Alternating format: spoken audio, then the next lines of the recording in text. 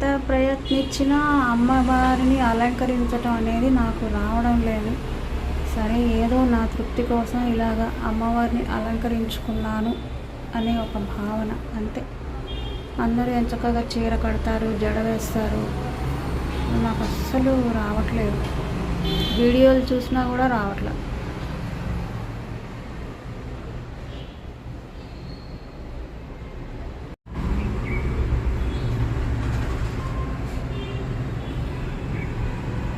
ఇప్పుడే ప్రారంభించా దీపం వెలిగించి.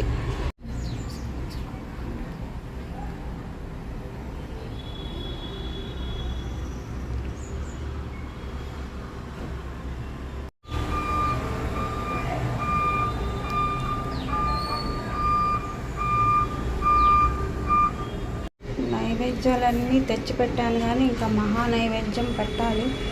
అందుకని మూతలు తీయలేదు. అమ్మవారికి చీర పెట్టాను. పులిహోర, దద్దోజనం, సేమియా పాయసం, పూర్ణం బూరెలు, శనగలు, అన్నం పరమాన్నం, పెసరపప్పు, పానకం, కొబ్బరికాయ, మహాప్రసాదం అన్నం. అమ్మవారికి పిండి దీపాలంటే ఇష్టం అని దీపాలు వెలిగించాను.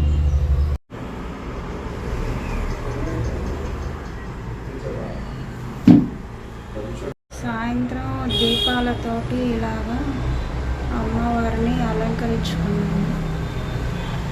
ఇంకా ఇంతకంటే బాగా నాకు చేయడం రావట్లేదు.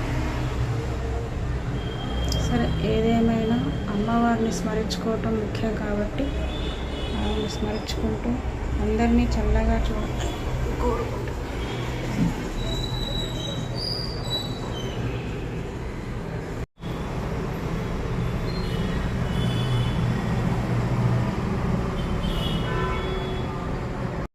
ఎలా ఉన్నాను? అందరికీ వరలక్ష్మి వ్రత శుభాకాంక్షలు.